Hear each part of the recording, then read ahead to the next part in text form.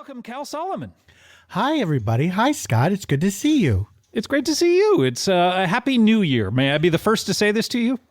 You are not the first. I'm sorry to say. I've seen other people since the last time I saw you. So, yeah, some other people have said it, but you're still getting in there pretty early. Were people saying it to you last year? I mean, since the last time I saw you, that was like 5 months ago. Some people did say Happy New Year when it was getting close to New Year's Eve. I hate Because they that. want to be the first. I hate that.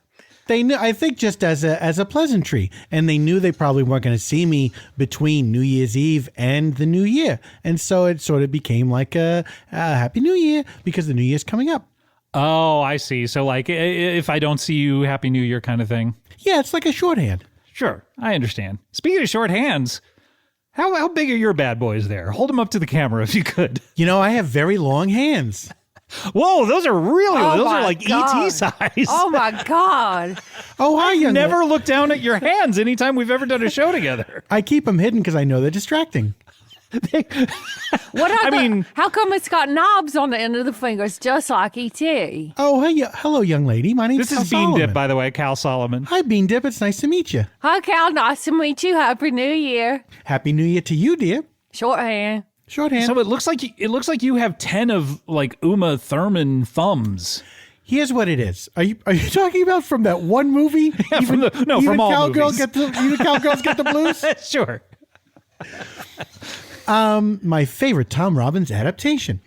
I do have very long fingers, and they're so long that at the very tips, another knuckle started to grow. No. So does that come in handy at all? Is that a good thing? No, it's actually a hindrance in many ways. because now you can bend your finger in, I guess, 3 different places. Well, no, rather than it's 2. just the knuckle is right there, and there's nothing to bend because it just stops at the Oh, it's knuckle. at the tip? It's just the tip. So where are your fingerprints? Below the knuckle? My fingerprints are below the extraneous knuckle, which makes it very difficult to operate anything like a touch screen, things like that. Right, where something that requires a fingerprint something identification. requires a fingerprint identification. Although you can now probably not leave fingerprints on things when you're pressing buttons and murdering people, I would imagine. This is great news. well, I mean, I'm not so much of a murderer, so it hasn't come in handy in that way. Have you done anything, let's Sure, say... I have. Okay, but let me be a little more specific. Oh, okay. Have you done anything in 2021 or 2020? Sure, I have. Okay, but again, I'm going to narrow it down slightly. Oh, okay. I'm sorry I keep jumping the gun. That you didn't want the police to know you had done. Oh, there was more. Wait, you were going to say sure after that you didn't want the police? No, I didn't. I don't want the police. But no, I'm ACAB, of course. I mean, I'm a pretty American cucumbers are bountiful. I'm a pretty law-abiding guy. I don't really get into too much trouble. So the having the fingerprints be hard to get on stuff hasn't been something that's worked in my favor. Yeah. I can only think of 1 or 2 examples of it being a bummer, like trying to turn on your phone, but I can think of a lot. Yeah. Or maybe like when you're picking up food at a restaurant. When I'm picking out food at a restaurant? When you're picking it up, like you got a to-go order, you're not trying to get your fingerprints all over the to-go order. That's true. I know that's a pet peeve for a lot of people when they go get the to-go orders. Yeah. And by the time they get it home, it's covered with fingerprints. Yeah. It's just covered with smudges everywhere. Nobody wants it. We need some sort of way to fix this. Don't you hate when you're taking your trash out and you Well, have this is that a wrap. you have that nice, oh boy, I hadn't thought about that, but This is quite akin to your previous rap, is it not? have you ever been in your own house and you have to take the trash out? I mean, the bag is shiny. It's black and sleek, and it makes you want to shout. So you pick up the bag, but don't you realize you got fingerprints all over the bag, and now it's smudged and it doesn't look like new anymore, and it looks like trash, which I guess is okay because it's the trash. You're taking the trash out. Ah, boy, you lost it Right. right there. It got away from me. So how long did you think you were in the group? This is what I'm getting to. Did you go over to one of their houses the next time they got together, assuming that you were in it, or what? At what point did you find out you were not? No, I didn't really see any of those guys together or separately. Even your neighbor? I would see him. Like as he was going in and out the door. You know what I mean? But I didn't see him for any meaningful amount of time. I hope not. I would say hi, Wonder Mike. So at what point did you figure you never saw them again? At what point did you realize to yourself, oh, I'm probably not in this group? Was it when the record came out? Yeah, I think when I heard the song on the radio and I said, why does this sound familiar? And then the more it went on, the more I'm recognizing the voices. Wonder Mike? Big Bang Hank? Choreo? Master G? And the rest?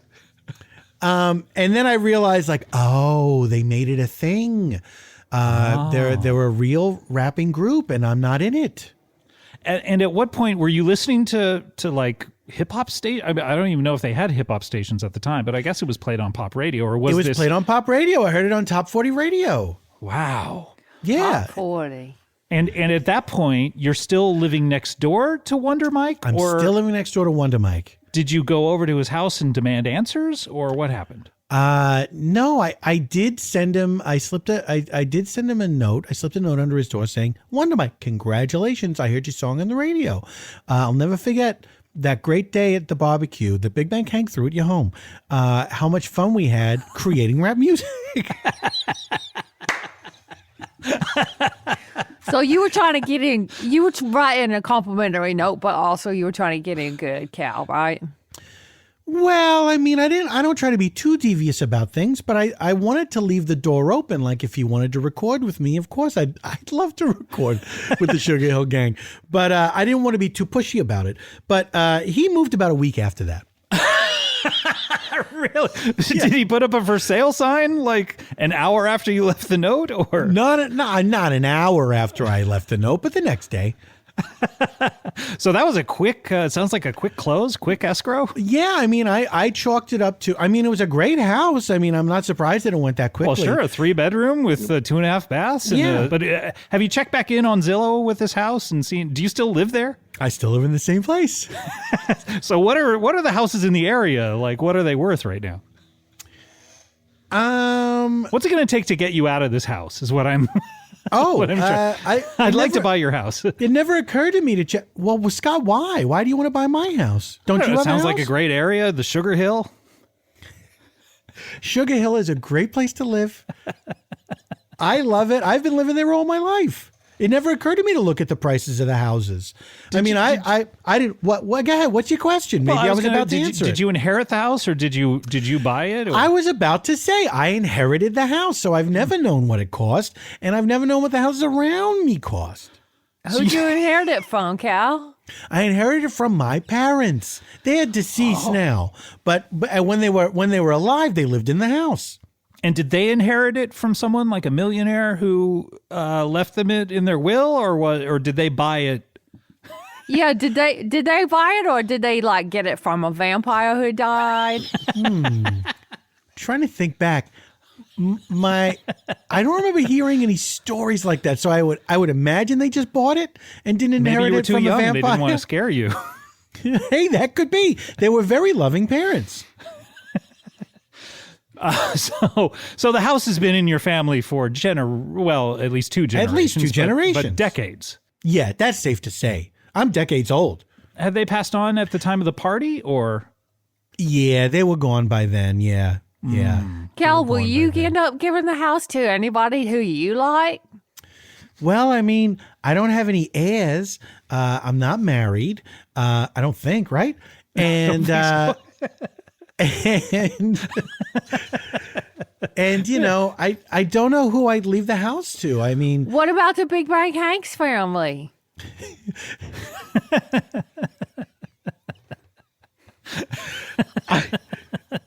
To the best of my knowledge, Big Bang Hank's family is doing pretty good. I think all of the guys ended up doing okay. Master G, Choreo.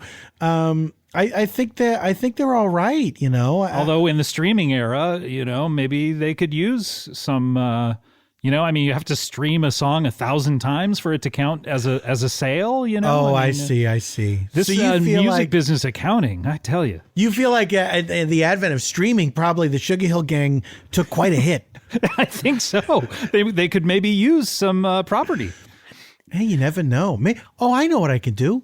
What? I could turn it into the Sugarhill Gang Museum. That sounds great. idea. And I could have non-profit. Yeah. Oh, nonprofit. Or for profit. Well, no, I mean, you- this is after I'm gone, so I can make the plans now, and it could be a nonprofit thing, and just be a place in Sugar Hill where people could go and they could see the origins of the gang. Sure. And I could have. What would be in the museum? Would it be like I can only imagine a very large window overlooking Wonder Mike's backyard where it all Of course, went down. You got to have that. I maybe even want to knock out a wall to make the window even bigger. You know, so you could like it would be like you walking into an environment like a terrarium. You know, looking out, and then you feel like you're a bug trapped in there. That sounds great. Awesome.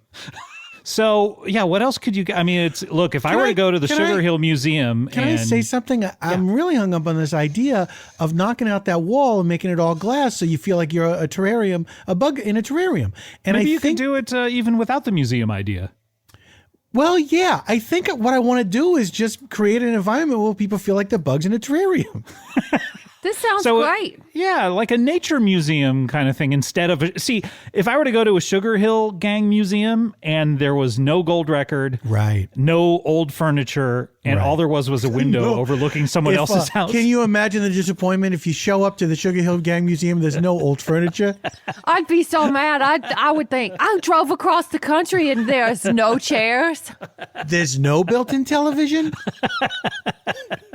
Yes, I would be furious. So instead, do a nature museum idea where people can go inside, feel like they're bugs trapped in a terrarium. You can like sort of do a Bug's Life kind of thing, you know, get giant things and put them in your house. Yeah, giant things. Sure, like a big shoe or something. And Cal, while people are being bugs in the terrarium, you could play Sugar Hill Gang music and your music. Here's what I'm thinking. First of all, they walk in, they think it's just a nature museum where they're bugs. Scott, no, I don't mean to shoot down your idea, but I think a big shoe is the last thing you'd want to have in there when you're trying to make people feel like the bugs. So I would have giant blades of grass. I'd have like a big dime. How often do you think bugs encounter a big shoe, though? I would say more often than a blade of grass. Or a dime. Then a blade of grass? God, Hey, but more than a dime. They live in the grass.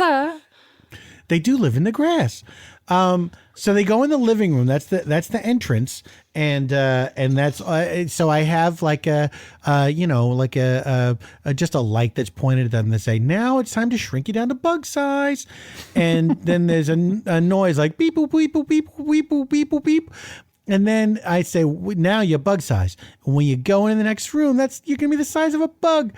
And then they walk in there, and it's the blades of grass, and it's the dime, and maybe the shoe. No, Scott, I'm sorry. I got to put my foot down about this. No pun intended. Stop trying to be the CEO of the insect place. Thank you, Bean I'm Dip. just saying. I think I gotta say the shoe doesn't feel right to me. So if the shoe doesn't fit, I must quit. I must admit, I don't like it.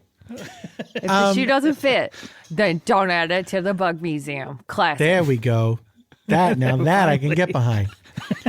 So then there's like I record like a voiceover saying, now you're a bug. Look around. why not do it live? Well, I'm Just like Bill O'Reilly would. because I'll have passed on, Scott. This is the plan for after. I thought that you were doing this while you were still alive. No. This is